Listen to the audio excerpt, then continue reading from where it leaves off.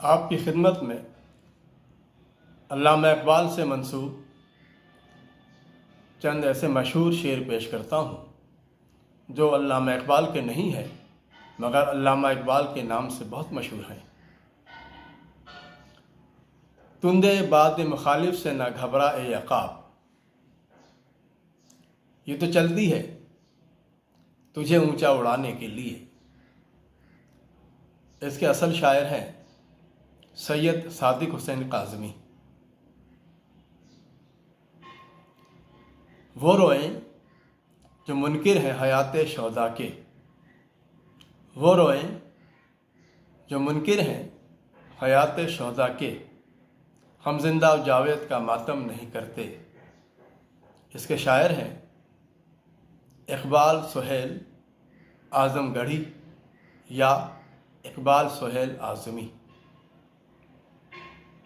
एक और शेर, खुदा ने आज तक उस कौम की हालत नहीं बदली, ना हो जिसको ख्याल आप अपनी हालत बदलने का। इसके शायर हैं मौलाना ज़फ़र अली ख़ान। फूल की पत्ती से कट सकता है हीरे का जिगर, फूल की पत्ती से कट सकता है हीरे का जिगर, मर्द नादा पे कलाम है नर्म नाजुक बेअसर।